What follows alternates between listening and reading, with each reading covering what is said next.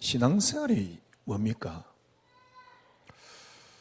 여러분, 이게 신앙생활이다. 여러분들이 그렇게 결론 내리진 적 있습니까? 신앙생활이 뭐죠? 많은 사람들이 지금 신앙생활을 하기 위해서 오늘도 교회를 갔을 겁니다. 일단 우리 한국에도 교회 가는 성도들이 하여튼 최소로 잡아서 1,000만 명은 넘겠지요. 신앙생활을 하기 위해서 많은 사람들이 교회를 갑니다. 보니까 차를 동원해가지고 막 태우고 가기도 하고요. 어떤 데는 교회 마치고 나오는 사람들이 인산인해를 이루는 교회도 있고요. 과연 신앙생활이 뭔가? 그렇게 교회 다니는 게 신앙생활입니까? 하나님이 원하는 신앙생활이 뭘까요? 성경적인 신앙생활이 뭘까요? 만약에 여러분들이 교회를 다니는 성도다, 글쎄 그것도 신앙생활이 되겠지요. 그런데 실제적인 삶 속에서 여러분이 실제적인 삶 속에서 하나님의 능력이 없다? 교회는 열심히 다니는데 실제적인 삶에는 전혀 하나님의 능력이 없어요. 신앙생활 맞습니까? 교회 다니는 게 신앙생활 맞습니까? 그러면 다르게 이야기해서 신앙생활이 뭐지요? 교회를 다니고 안 다니고 이게 신앙생활이 아닌 것 같아요. 제가 보기에는 신앙생활은 내 삶 속에 하나님의 능력이 나타나는 게 저는 신앙생활이라고 생각되는데요. 여러분은 어떻습니까? 여기에 여러분 동의 안 됩니까? 여러분이 실제적인 삶에 가정 살아가는데 아니면 자녀를 이제 가정을 꾸려서 살아가는데 거기에 내 삶 속에 직장에 갔는데 내 삶 속에 실제적으로 하나님의 능력이 있어요. 내가 일단 다르겠지요. 조금 긍정적인 사고만을 가져도 다른데 내게 하나님의 능력이 있다. 그게 신앙생활 아닌가요? 직장을 갔는데 거기에 내가 내 삶 속에 하나님의 능력을 갖고 있다. 그런데 하나님의 능력은 전혀 없어. 그런데 교회는 열심히 다니고 있어요. 새벽 기도도 안 빠지고 다니고 수요 예배, 금요 예배, 주일날은 더욱더. 과연 그게 신앙생활 맞나요? 제가 청년 때 한번 그래 봤던 적이 있습니다. 새벽 기도 다 하나도 안 빠지고 수요 예배, 금요 예배는 당연히 갔어요. 주일날은 어느 정도 봉사했느냐? 아침 한 8시쯤 돼서 집에 나가면 하루 종일 교회에 그냥 있는 게 아니에요. 모든 프로그램을 다 하고 집에 들어오면 밤 10시, 11시. 주일날. 완전 파김치가 될 정도로 교회. 그러니까 아침에 주일학교 하지요. 성가대 서지요. 그 다음에 우리 청년들 모임 갔지요. 그 다음에 오후에 또 예배 드리지요. 그 다음에 마치고 난 뒤에 또 주일학교 오후, 그때는 주일학교 오후 예배도 있었잖아요. 주일학교 오후 예배 하죠. 다 마치고 오면 집에 한 번은 제가 정말 피곤해 쓰러졌던 적이 있어요. 그게 신앙생활 맞습니까? 얼마 안 있어 저는 그 생활을 하고 있는 제가 어느 날 얼마 안 있어서 저는 어떤 생각이 드느냐 하니까 정말 어떤 면에서는 교회 가기 싫다. 이 정도 생각이 들 정도로. 여러분이 갖고 있는 신앙생활은 뭡니까? 신앙생활이라는 것은 실제적인 내 삶에 하나님의 능력이 있는 것이 신앙생활 아닌가요? 근데 글쎄요, 많은 사람들이 행위만 남아있는 신앙생활을 하고 있습니다. 그걸 보고 이원론이라 그러지요.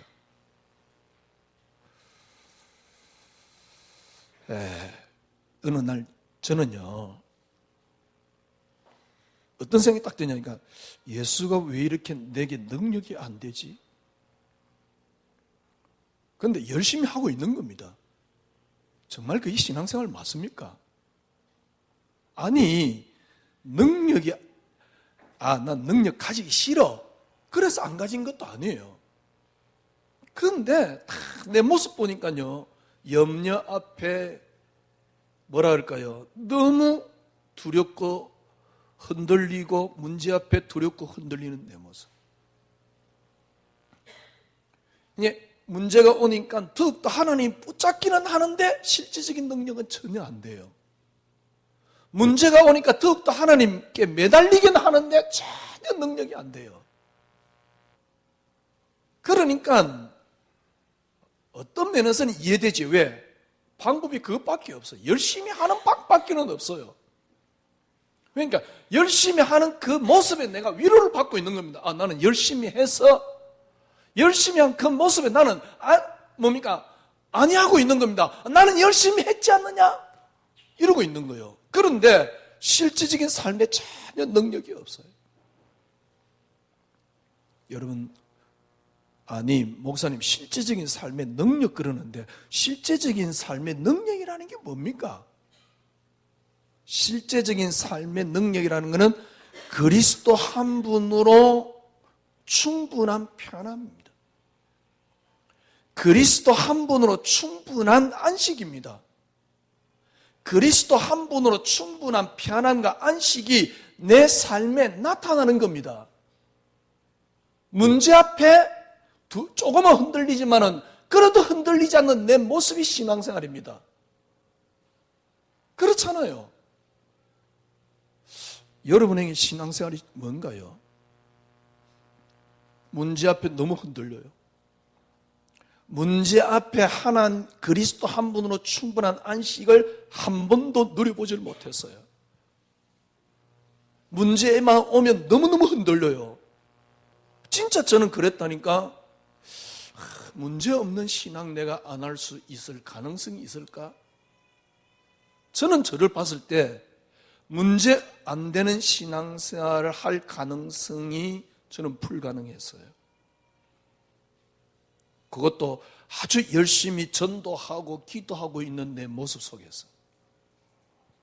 기가 찬 거예요. 여러분, 신앙생활이 뭐지요? 교회 오는 게 신앙생활입니까? 아니잖아요. 교회를 열심히 절간 다니듯이 오는 건 신앙생활 아닙니다. 불교도 절간 가는 게 불교가 아닙니다. 부처의 가르침이 삶에 나타나는 게 불교지. 하나님의 능력이 내 삶에 있는 게 이게 복음이고 이게 신앙생활이지, 이거는 전혀 없는데 행위는 열심히 하고 있어요. 왜 열심히 하느냐? 그래야지 내가 편해. 그래야 내가 안식이 돼. 그런데 실제적인 삶에는 전혀 하나님의 능력이 없어. 행위한 것 가지고 나는 만족을 하고 있는 겁니다. 행위한 것 가지고 나는 안식을 하고 있는 겁니다. 쉽게 말하면 새벽 기도가 실컷 울고 나면 내가 편안해지듯이 이런 식이에요. 새벽 기도 한번 딱 드리고 이제 아침에 찬 공기 탁 마시고 집에 가면 뭔가 흐뭇해요. 왜? 난 새벽 기도를 했으니까. 이러고 있다니까. 그런데 그게 나쁜 거냐? 그건 아니잖아요. 그런데 실제적인 삶에 문제 들어닥쳤을 때 나는 전혀 그리스도가 내게 능력이 안 돼요. 하나님이 능력이 안 돼요. 반대로 교회를 조금 열심히 안 다녀도 실제적인 삶에 내게 하나님의 능력이 된다. 어떤 게 신앙생활입니까? 만약에 여러분, 저는 그랬었어요. 실제적인 삶의 능력이 안 되는데 나는 열심히 하고 있어요. 제가 어릴 때부터 교회 다니면서 고민했던 내용입니다. 이원론이 극복이 안 돼요. 철저하게 나는 이원론자가 되어가고 있는 거죠. 이원론자가 되어가고 있단 말은 무슨 말입니까? 종교인이 되어가고 있는 거죠. 그거는 제가 어릴 때부터 교회 다니면서 봐왔던 겁니다. 갈등했던 겁니다. 만약에 성도들이 실제적인 능력이 안 되는데, 실제적인 능력이 없는데 교회를 행위를 열심히 하고 있다. 철저하게 이원론, 철저하게 뭡니까? 종교인으로 만들고 있는 겁니다. 제가 보기에는요, 어떤 생각이 드냐니까, 교회가 그렇게 강조를 하고 있어요. 성도들이 삶에 실제적인 능력이 없음이 보여요. 그런데 성도들의 삶에 실제적인 능력이 없는데 너는 교회를 열심히 나오라고 이야기를 하고 있는 겁니다. 쉽게 말하면 하나님의 능력이 내게 전혀 없는데, 나올 가능성도 없는데, 염려 안 되는 신앙이 불가능한데 절간 가듯이 교회를 다니고 있고, 그리고 그걸 교회에서 강조를 하고 있는 겁니다.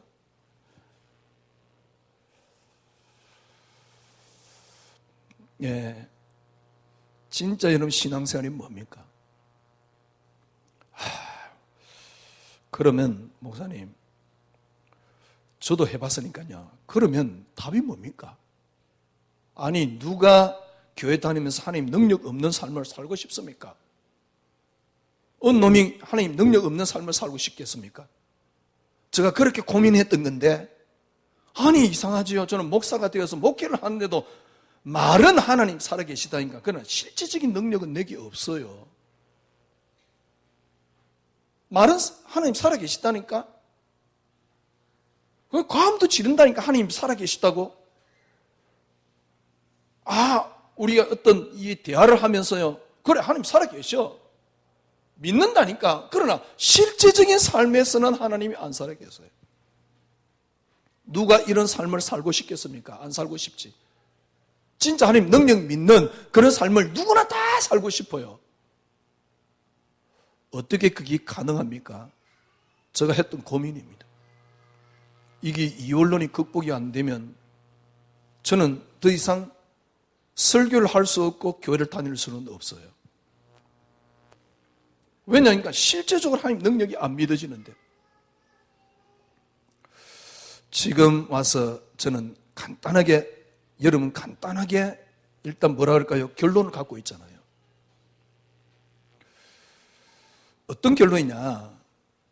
본질이 바뀌지 않는 한,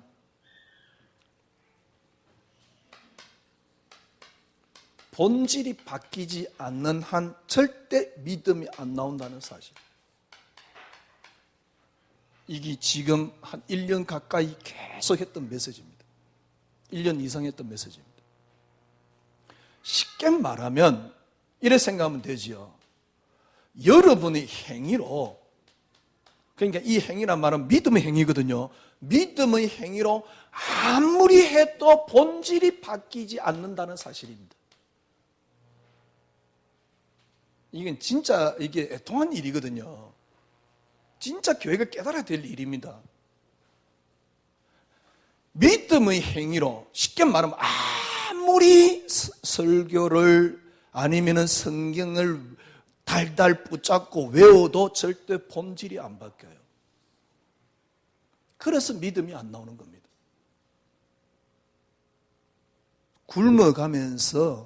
저도 굶어가면서 기도를 해봤어요.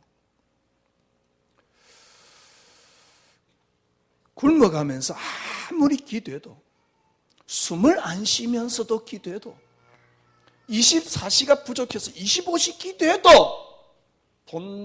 그 행위로는 본질이 바뀌지 않는다는 사실입니다. 사실 왜 기도합니까? 요거 바꾸려고 하는 거거든. 왜 내가 25시 계속 24시 아니면 굶어가면서 막 기도하려고 그럽니까? 나를 바꾸려고. 본질을 바꾸려고. 왜? 하나님 살아계시니까. 내가 하나님 살아계신 능력 안으로 들어가면 되거든. 그런데 문제는 아무리 행위를 해도 하나님이 능력 안에 들어가지지 않는다는 사실입니다. 왜요? 본질이 안 바뀌니까. 행위를 어떻게 하면 됩니까? 지금 와서 깨달았어요. 행위를 할 거 없습니다. 분명합니다. 본질이 바뀌면, 내 본질이 바뀌면 행위는 따라옵니다. 여기 진짜입니다. 여기 이때까지 우리가 신앙생활을 했던 모습입니다. 하나님 삶에 하나님 능력이 있으면 돼요. 실제적으로 그렇잖아요. 하나님의 능력이 내 삶에 있으면 돼. 그죠? 신앙생활이 뭐냐? 신앙생활은 교회 오는 게 신앙생활이 아니에요. 쉽게 말하면 이제 교회 오는 이유가 뭐냐? 삶의 하나님의 능력을 갖기 위해서. 그런데 교회 오는 행위가 삶의 하나님의 능력을 안 가져다 주다는 겁니다. 왜? 그 행위가 본질을 바꿀 수가 없더라는 거죠. 신앙생활이 뭐죠? 실제적인 삶의 하나님 능력이 나타나는 겁니다. 교회 왔느냐 안 왔냐가 중요한 게 아니고 실제적으로 삶 속에서 네가 하나님과 함께하는 임마누엘 진짜 축복이 있느냐 없느냐는 겁니다. 하나님 나와 함께 계셔. 진짜 그 비밀을 누리고 있다. 정말 염려 없지요. 하나님이 이 땅을 창조하고 당신이 주권하고 계셔. 그 하나님이 나와 함께 계셔. 정말 염려 없지요. 이것 때문에 우리는 행위를 하고 있는 거거든. 그런데 참 신기한 거는요, 행위를 해도 이게 안 바뀐다는 사실입니다. 자, 반대로 내가 진짜 하나님 믿어요. 실제적인 삶의 능력이 나타나요. 하나님께서 이제 믿음이라는 걸 제가 그렇게 설명했으니까 하나님 한 분으로, 그리스도 한 분으로 충분한 내게 안식이 있어. 그러면 어떻게 하겠습니까? 교회 다니지 말라 그래도 와요. 행위는 따라온다니까. 내 그리스도 한 분으로 충분한 안식이 내게 있어. 그러면 야 믿지 마 그래도 믿는다니까. 그리스도 한 분으로 충분한 안식이 있어. 그러면 기도하지 마 그래도 기도한다니까. 이거는 나를 위한 기도가 아니에요. 주님이 하신 말씀대로 하나님 뜻을 이루기 위한 기도가 된다니까. 그때는 주님께서 내 뜻대로 마시고 당신 뜻대로 하시옵소서. 그 기도를 할 수 있다니까. 여러분 다 결론 내려야 됩니다. 본질이 바뀌지 않는 한은 믿음이 나오지 않습니다. 그런데 본질이 바뀌어버린 믿음은 나옵니다. 그런데 지금까지 결론이 뭐냐니까 여러분이 아무리 기도를 해도 이게 안 바뀌더라는 겁니다. 아무리 여러분들이 굶으면서 기도를 해도 본질이 안 바뀌더라는 겁니다. 본질이 바뀌면 행위는 따라오는데 본질이 안 바뀌더라는 겁니다. 어느 날 저는요 본질에 대해서 생각을 하기 시작했어요. 조금 생각했는데 이게 따라오는 거죠. 이전같이 기도를 그렇게 많이 안 해도 됩니다. 사실은 제가 간증했잖아요. 지금은 이제 후배들이 뭐 전화를 잘 안 하는데 어쩌다 한 번 전화를 이제 이렇게 하고, 이 말은 무슨 말이냐니까 이전에는 그렇게 만나고 뭐 같이 뭐 당구도 치고 또 놀고 그런 것들이 목사지만은 그래도 뭐 그런 어떤 엔조이들이 괜찮았어요. 어떠면 재밌어요. 모여서 대화하고 또 인간관계 나누고 막. 근데 전혀 내게는 필요가 없어요. 그러니까 나하고 혹시나 이렇게 만나더라도 어디 갈 생각을 안 해요. 형님 뭐 간만에 만나서 당구 게임 치죠? 됐다. 더 이상 그런 오락이 내게는 전혀 필요치 않아요. 뭐 걔들이 필요해서 간다 이런 말은 아니지만은 쉽게 말하면 무슨 말이니까 진짜 저는 가치가 달라졌어요. 더 이상 먹는 거 뭐 오락 이런 게 전혀 가치 없어요. 같이 있어서 꼭 하느냐? 그런 건 아니겠지만은 진짜 재미없어요. 그러니까요, 말은 무슨 말이냐니까, 진짜 실제적으로 하나님이 뭐라 그럴까요? 제가 가치가 다른 게 없기 때문에 진짜 그리스도로 말미암아 그리스도를 위하여 이 가치를 갖고 있기 때문에 행위를 열심히 안 해도 늘 삶은 따라오는 겁니다. 왜? 이거 외에는 다른 것들이 즐거운 게 없다니까. 어떤 행복한 게 그걸 따라오겠습니까? 예수 한 분은 행복한데.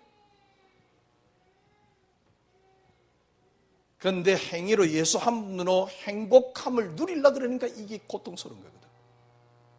본질이 안 바뀌었는데. 여러분, 신앙생활이 뭐지요? 교회 다니는 신앙생활 아니잖아요. 내 삶 속에 하나님의 능력이,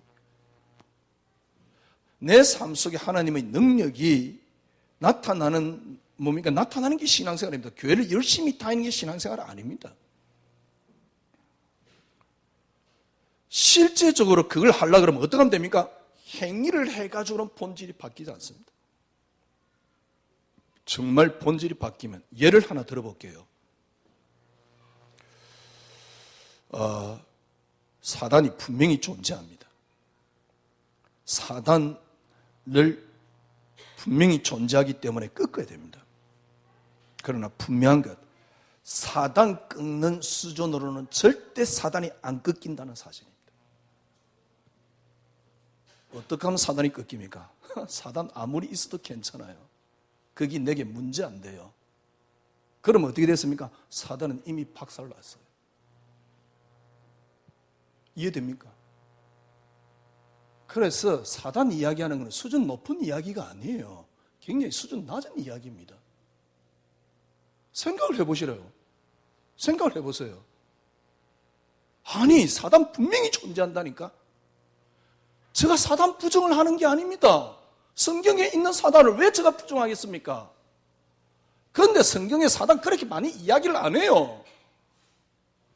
다르게 이야기해서 사단 분명히 존재합니다. 그러나 사단 끊는 수준이 돼가지고는 사단이 끊기지 않는다는 겁니다. 사단이 아무리 있어도 괜찮아요. 그 사단이 더 이상 나를 건드리질 못해요. 본질이 바뀌니까요. 사단이 아무리 있어도 괜찮은 거 있죠. 이게 신앙생활입니다. 그래서 새로운 시작, 이게 뭐냐? 본질입니다. 본질을 바꾸는 겁니다. 어떻게 바뀌는 겁니까? 정말 그리스도가 내게 진짜 행복이 되면 돼요. 여러분, 우리가 진짜 하나님 주권을 믿잖아요. 하나님 분명히 살아 계시거든.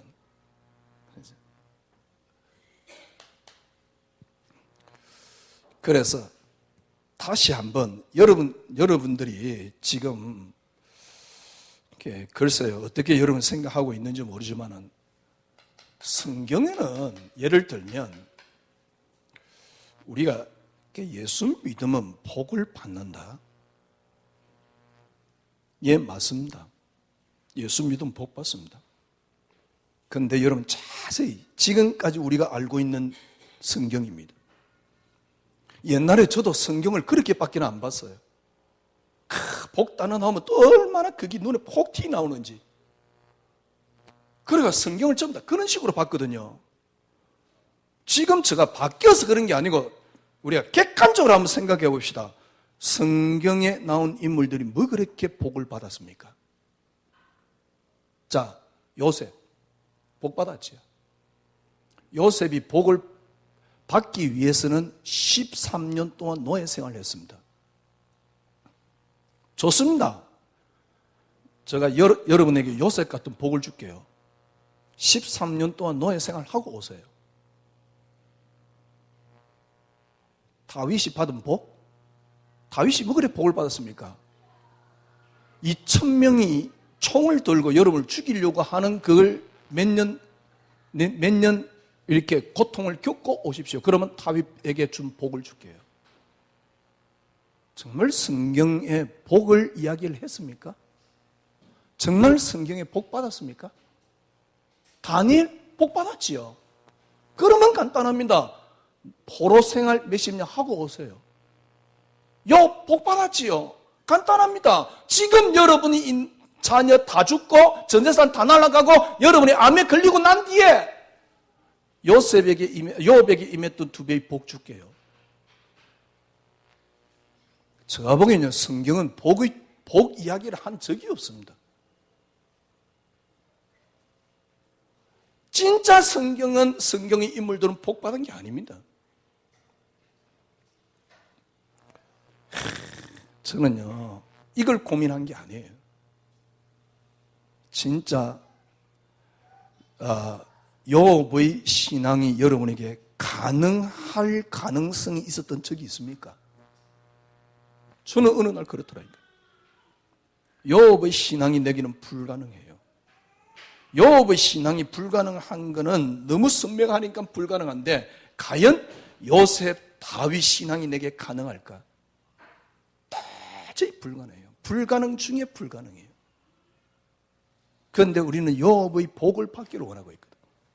그런데 실제적으로 요업이 우리 선배들이 그렇게 복 받은 것도 아니에요. 저는요, 우리 목사님들이 요셉의 신앙이 나올 가능성이 정말 있는가? 요업의 신앙이 정말 나올 가능성이 있는가? 만약에 그게 없다 그러면 성경은 신화인데? 이 고민을 한 번도 안 해봤다. 글쎄, 그게 정상입니까? 이 고민을 한 저가 잘못된 겁니까? 성경이 어느 날 저에게는 신화라니까요. 성경은 단지 성경 얘기뿐이요. 그리고 하나님은 내게 잘해줘야 되는 하나님, 이렇게 만들어 놓으니까요. 과연 성경에 진짜 우리에게 복을 이야기를 했냔 말이요. 제가 보기엔요, 성경은 저주의 책에 가깝습니다. 아니, 이게 믿기지 않으면 좋습니다. 예수님이 오셔서 하신 말씀이 뭐였습니까? 누구든지 나를 따라오려면 자기를 부인하고 자기 십자를 지고 나를 쫓을 것이요. 어떻게 하면 십자가 지는 겁니까? 죽으면 돼요. 죽고자 하는 놈은 살 것이라 그랬어요. 이게 성경이라니까. 주님이 우리에게 복 이야기를 한 적이 없어요. 그런데 온통 교회는 뭘 바라고 있냐니까, 행위를 했으니까 하나님이 역사하실 거야, 복을 받을 거야. 그러니까요, 어떤 교인들은 만들어 놓냐? 행위는 열심히 합니다. 또 행위를 교회에서 강조하잖아요. 지난주 말씀드렸듯이 예수님이 정죄 없으니까 넌 짓을 해도 되는데 교회는 나와야 돼? 이런 식이라니까.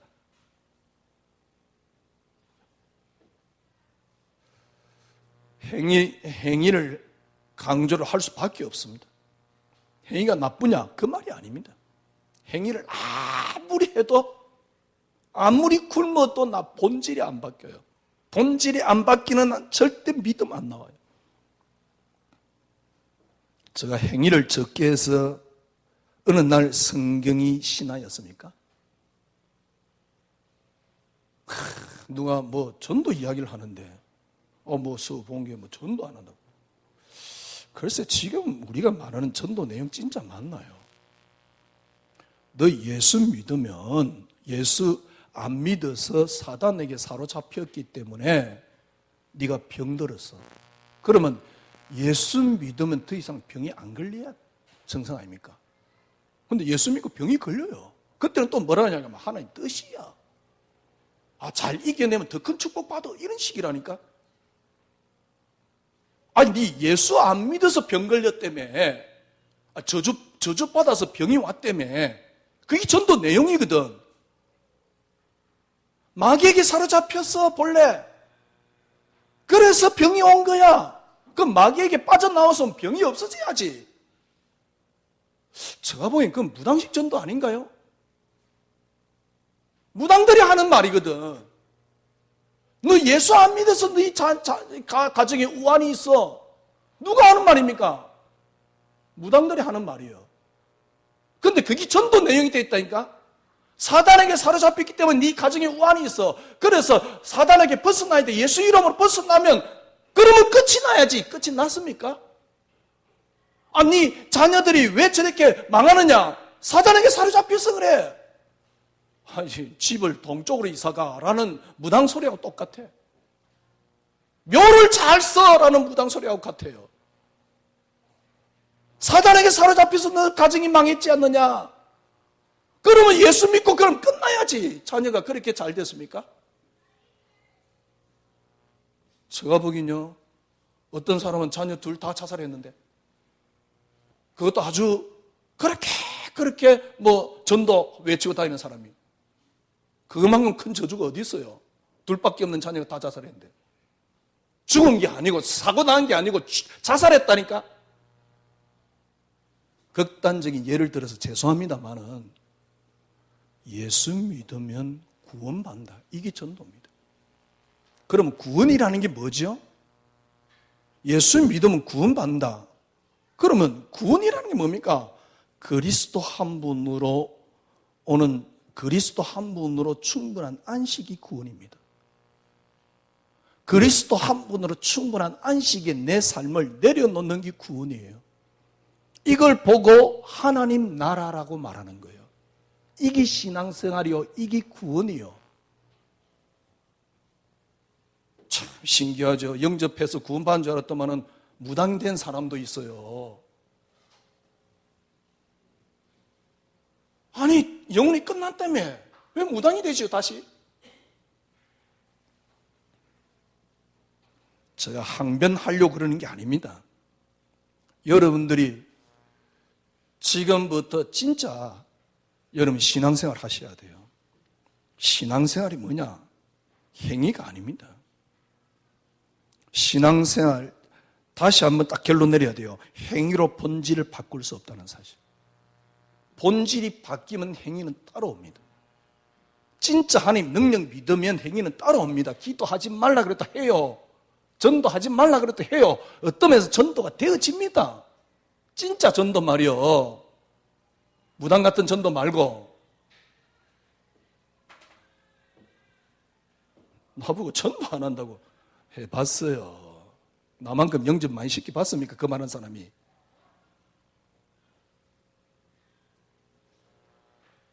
행위를 가지고 절대로 본질이 안 바뀝니다. 본질이 안 바뀐단 말은 무슨 말이냐? 절대 믿음이 안 나와요. 그럼 믿음 안 나오는데 교회를 왜 다니죠? 언젠가는 나오겠지? 글쎄요. 저도 목회했잖아요. 참, 교인들 5년, 10년, 15년 똑같아. 어느 정도 똑같냐? 죽을 때까지 똑같아. 어떻게 똑같느냐? 똑같이 내리막이에요. 죽을 때는 거의 하나님 안 믿는 수준 딱 믿음이 나올 가능성이 전혀 없어요. 간 뚜껑 닫을 때까지 저는 염려 안 하는 신앙이 불가능했어요. 염려되는데 행위를 막 떼우고 있는 겁니다. 철저하게 이원론자로 만드는 겁니다. 철저하게 종교인으로 만드는 겁니다. 지금 교회가 기독교인 만들고 있는 모습입니다. 얼마나 심각한지 몰라요. 딱 여러분, 오늘 여러분 딱 머릿속에 딱 갖고 가야 됩니다. 행위로서는 절대로 아무리 여러분이 굶고 기도를 해도 본질이 안 바뀌어요. 본질이 바뀌면 행위를 따라옵니다. 그런데 행위로서 본질을 안 바뀌는 가장 큰 원인이 뭐냐? 기복신앙입니다. 아니 성경에 어디에 복을 이야기를 했습니까? 물론 복 주고 복을 준다는 이야기를 했습니다. 그러면 성경이 말하는 복이 뭡니까? 그러면 대표적인 우리 성경의 인물들 다니엘이 복을 받았습니다. 그럼 여러분 다니엘 복 받으려면 여러분들이 노예 생활 몇십 년 하고 오세요. 요셉이 복 받았습니다. 그러면 노예 생활 13년을 하고 오라니까? 요업이 복을 받았습니다. 그렇다 그러면 여러분 자녀가 다 죽고 전 재산이 다 날아가고 여러분 암 걸리고 난 뒤에 오세요. 정말 복 받았습니까? 성경에 복 이야기한 적 없습니다. 그런데 네가 그렇게 하면 복 준다. 꼭 어디 저 무속신앙에서나 들을 수 있는 이야기를 교회가 하고 있어요. 그렇게 하면 역사 일어난다. 참 재밌지요. 그렇게 행위를 했는데도 본질이 안 바뀌는 거죠. 내가 진짜 하나님 능력 믿는다. 기도, 행위를 하지 말라 그래도 해요. 그죠? 진짜 하나님 믿는다. 교회 오지 말라 그래도 오지요. 오늘 여러분 진짜 신앙생활 속에 들어가야 됩니다. 예수님께서는 뭐라 그랬습니까? 예수 믿는 게 뭐라고요? 죽음이라 그랬습니다. 바울은 뭐라 그랬습니까? 나는 날마다 죽는다 그랬습니다.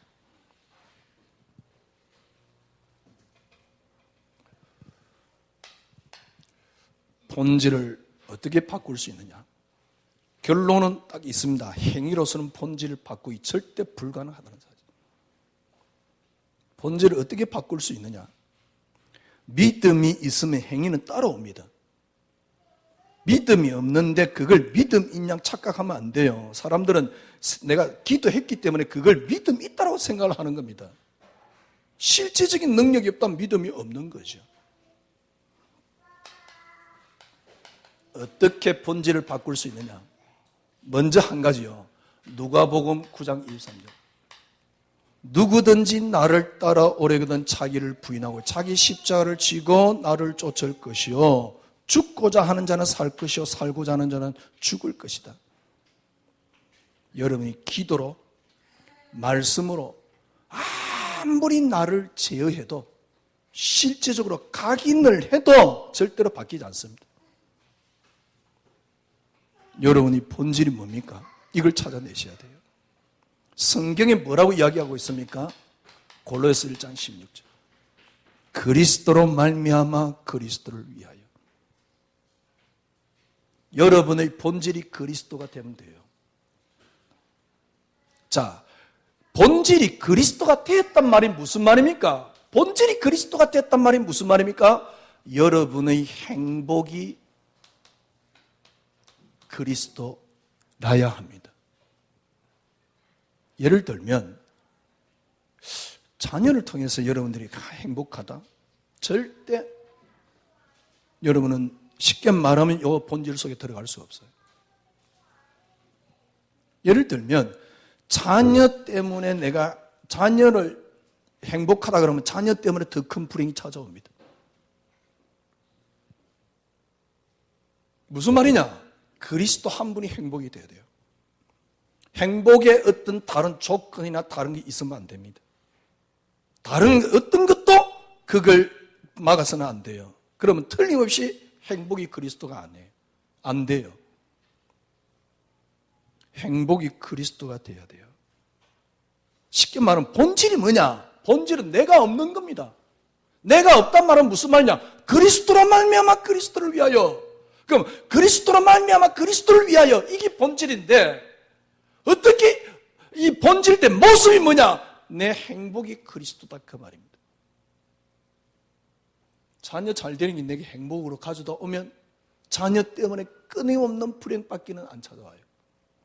남편 때문에 행복을 찾아버리면 남편 때문에 오는 끊임없는 불행밖에는 내게 안 찾아와요. 그리스도가 내게 행복이란 말이요.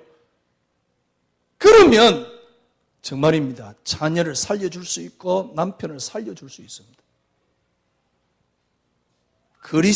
남편과 자녀 때문에 그리스도가 절대 여러분에게 안 다가옵니다. 반대로 그리스도가 완전히 여러분을 사로잡아버리면 남편과 자녀는 제대로 보입니다. 사기꾼이 왜 사기를 당하는 줄 압니까? 욕심이 있으니까 사기를 당하는 거예요. 욕심이 있으니까 사기꾼 같은 메시지를 자꾸 드려야 되는 겁니다. 되지도 않으면서. 아니 기독교가 욕심을 내려놓는 겁니까? 보세요. 주님이 뭐라 그랬습니까? 누구든지 나를 따라오려거든 자기를 부인하고 자기 십자가를 지고 어떻게 해요? 부인하고 십자가를 졌단 말이 무슨 말입니까? 죽음입니다. 죽고자 하는 사람은 살 것이요. 이겁니다. 아니 이 말이 무슨 말입니까? 그리스도로 말미암아 그리스도를 위하여 이 속에 들어갔다 그 말입니다. 죽음이란 말은. 이 본질 속에 들어갔단 말이에요. 이게 본질이란 말이 무슨 말이냐? 그리스도가 행복이에요. 여러분의 축복은 그리스도로 말미암아서 오는 게 아니고 여러분의 축복이 그리스도라는 사실입니다. 그리스도로 말미암아 축복이 오면 너무너무 불행해요. 제가 말씀드렸잖아요. 마귀 꺾는 신앙생활, 마귀가 분명히 존재합니다. 그러나 마귀 꺾는 신앙생활 가지고는 절대 마귀 안 꺾여요.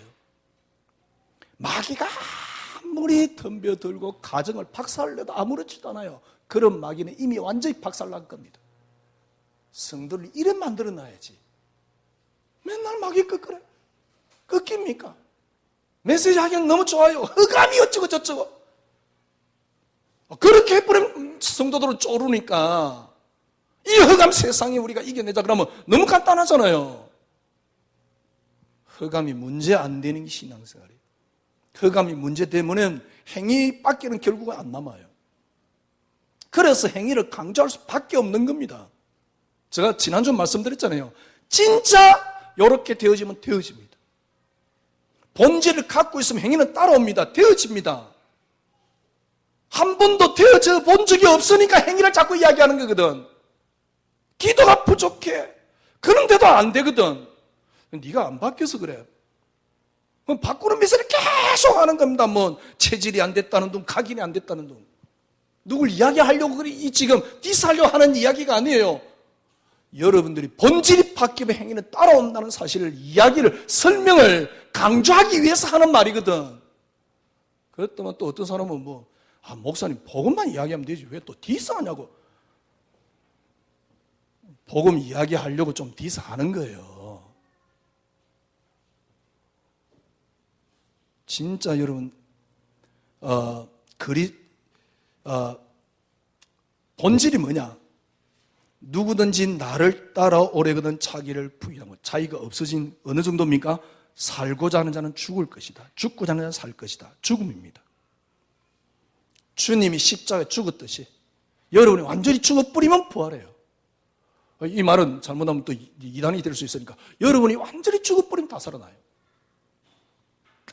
나를 죽인다. 절대 안 죽습니다. 행위로서 안 죽습니다. 본질이 바뀌어야 돼요. 뭐요?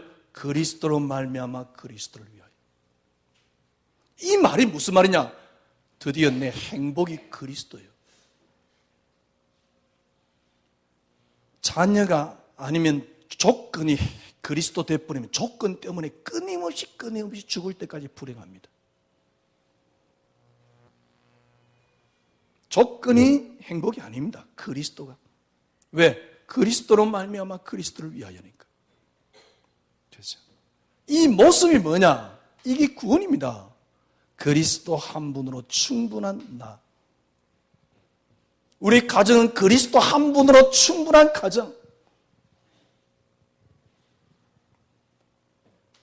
제가 손에 장을 지질게요. 요랬는데 여러분들이 그리스도 한 분으로 충분해졌는데 역사 안 일어난다. 손에 장을 지질게요. 절대 그럴 법이 없습니다. 문제는 뭐냐니까 여러분이 앞섰기 때문에 하나님 역사를 깡그리 밟았다는 사실. 이래 생각하면 돼요. 왜 앞섰냐? 복받기 위해서, 역사 일어나기 위해서, 승리하기 위해서, 축복받기 위해서. 바꾸세요.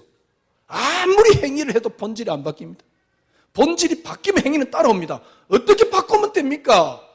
완전히 여러분 그리스도 안에서 없어져야 돼요. 어떻게 없어지느냐? 나를 없애내서 없어지는 게 아닙니다. 그리스도로 말미암아 그리스도를 위하여. 이 모습이 뭐냐? 행복이 그리스도라는 사실. 축복이 그리스도라는 사실. 우리 김홍정 목사님 결혼할 때 제가 그런 이야기 했잖아요. 서로 사랑해가지고는 불행하다. 어디요? 사랑이 그리스도예요. 그러면 서로 사랑할 수 있어요. 인간 사랑은 인스턴트입니다. 얼마 안 가요. 우리 아버지 다운이도 사랑해야 되겠지만 얼마 안 가. 진짜 그리스도가 내 사랑이 되어버리면 모든 사람을 사랑할 수 있습니다. 이걸 보고 뭐합니까? 그리스도 한 분으로 충분한 나. 그리스도 한 분으로 충분한 가정. 여러분, 그래서 진짜 이제 본질 속에 행위를 하는 게 아니고 따라오는. 우리 교인들은 또 행위를 너무 하지 말라 그러니까 확실히 안 하려고 하는데 괜찮습니다. 뭐 과정이라고 저는 보는 거니까. 진짜 하나님 확실히 믿어져요. 삶에 하나님 능력이 있어. 교회를 안 나온다. 글쎄, 그럴 수 있을까? 참, 얼마나 복을 좋아하는지. 너 헌금하면 넌 복을 받아. 너 헌금을 하면 너 자녀가 잘 돼. 참. 철저하게 교회를 종교로 만들어놨어요. 자, 오늘은 사라입니다. 제가 본문을 안 읽고 시작했는데요. 지금 읽으려고 그래요. 분명한 거, 아브라함하고 사라는 하나님을 안 믿었다는 사실입니다. 보세요. 안 믿잖아요. 그래가지고 이제 다시 하나님께서 천사 사자를 보내가지고 아브라함에게 찾아옵니다. 아브라함이 찾아와서 뭐라니까? 내년 이맘때 네가 아들을 낳을 것이다. 아니, 말이 됩니까? 왜냐니까 사라 경수가 끊어졌어요. 그러니까 의학적으로 애를 낳을 수 없는 상태가 이르렀어요. 그런데 천사가 뭐라니까? 너 내년 이맘때 네가 아들을 낳을 것이다. 말이 안 되거든, 아브라함이. 그걸 천막 뒤에서 누가 들었냐니까 사라가 들었어요. 그러니까 말이 안 되잖아요. 그러니까 그때 사라의 행동이 뭐였습니까? 웃었잖아요. 웃기고 있네. 이 말이거든. 그러니까 천사가 사라를 보고 왜 웃냐 그랬더만 안 웃었대. 아니 방금 웃어놓고 왜 웃냐 그랬더만 안 웃었대. 그때 천사가 뭐랍니까? 네가 웃었느니라. 이삭 이름이 뭔지 압니까? 이삭 뜻이 웃음입니다. 물론 그 헛웃음은 아닙니다. 참된 웃음이 이삭이 뜻인데 안 믿었잖아요. 보세요. 안 믿었거든. 믿지도 않은데 하나님이 주었단 말이에요. 이 말이 무슨 말입니까? 본질을 말하는 겁니다. 우리의 믿음하고 상관없이 본질을 말하는 겁니다. 믿지도 않았는데 아브라함은 드디어 100세 때 아들을 얻었어요. 무슨 말입니까? 본질을 가졌다 그 말입니다. 요거 깨닫고 난 뒤에 아브라함하고 사라는 완전히 바뀌었어요. 아브라함은 어떻게 바뀌었습니까? 100세 때 낳은 아들을 죽이는 눈썹 하나 안 흔들리잖아요. 데려가는데 아브라함이 방해거리를 제거했는데 방해거리 하나 중에 사라에게 이야기를 안 했다? 왜냐하니까 틀림없이 방해할 거니까. 그거는 우리 생각입니다. 우리 유추입니다. 제가 보기에는 사라도 바뀌었어요. 왜냐하니까 본질을 알았거든. 이게 신앙생활이라니까. 그때서 참된 믿음이 따라오는 겁니다. 참된 행위가 따라오는 겁니다. 아무리 여러분들이 믿음 없이 여러분들이 돈을 1억을 들인들 뭔 소용이 있습니까? 그거는 교회파 친구고 목사 좋은 일만 시킨 거지. 여러분이 진짜 하나님 능력을 내가 맛보았다. 그 드리는 헌금은 정말 가치 있는 거죠. 왜냐하면 하나님 능력을 맛봤기 때문에 내가 드리는 거거든. 그건 믿음의 발로잖아요. 오늘 본문입니다. 10절 11절 11장 10절 11절입니다. 믿음으로 사라 자신도 나이가 많아 단산하였으나 잉태할 수 있는 힘을 얻었다. 무슨 말인가? 본질. 뒤에 뭐라 그랬죠? 약속하신 이는 미쁘신 줄을 알았습니다. 이게 사라의 믿음입니다. 쉽게 말하면 본질을 회복해. 본래 안 믿었어요. 본래 안 믿었는데 100세 때 아들을 낳았단 말이 무슨 말입니까? 불가능을 하나님께서 불가능을 가능케 만들었다. 그건 하나님이 하신 말씀인데 그 이야기가 아닙니다. 본질을 회복해. 사라가 보니까요 드디어 본질을 회복한 거였죠. 어느 정도 본질을 회복했습니까? 약속하신 이는 미쁘신 줄 약속한 대로 이루실 줄 알았다. 이러므로 죽은 자 같은 한 사람이 완전히 죽어 있었던 한 사람으로 말미암아 하늘의 흐단 별과 또 해변의 무수한 모래와 같이 많은 후손을 생육하였느니라. 사라도 본질을 회복한 거죠. 예, 2017년 이제 한 두세 달 남았는데요. 제가 내년에는 어떤 기도 제목을 붙잡을까?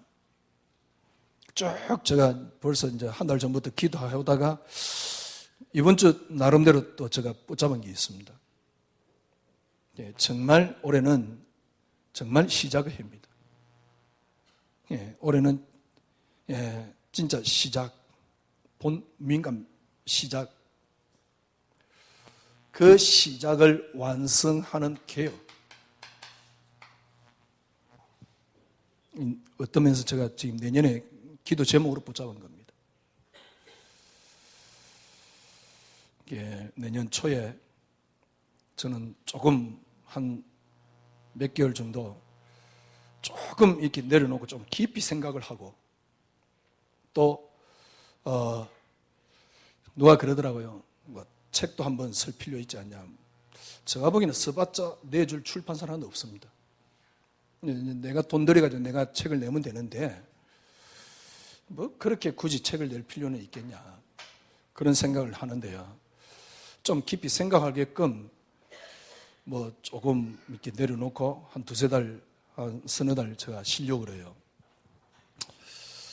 하여튼 내년에는 개혁이란 말이 무슨 말이냐. 지금 제가 신앙생활을 해오면서 느꼈던 게 하나님이 너무 오해되었어요. 그러니까 신앙생활이 안 돼요. 하나님을 하나님답게 회복하는 게 개혁입니다.